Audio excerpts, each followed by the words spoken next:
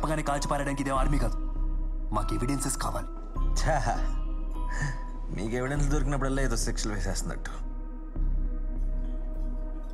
మీ police వాళ్ళకి సాక్ష్యాలు రుజువులు దేనికో తెలుసా? వంటారుమారు చేసి బలిసిన వాళ్ళని తప్పించి బకరగాన్ని బలి చేయడానికి. హలో బ్రదర్, ఆర్మీలో కూడా పొరపాట్లు జరుగుతూ ఉంటాయి. కరెక్ట్.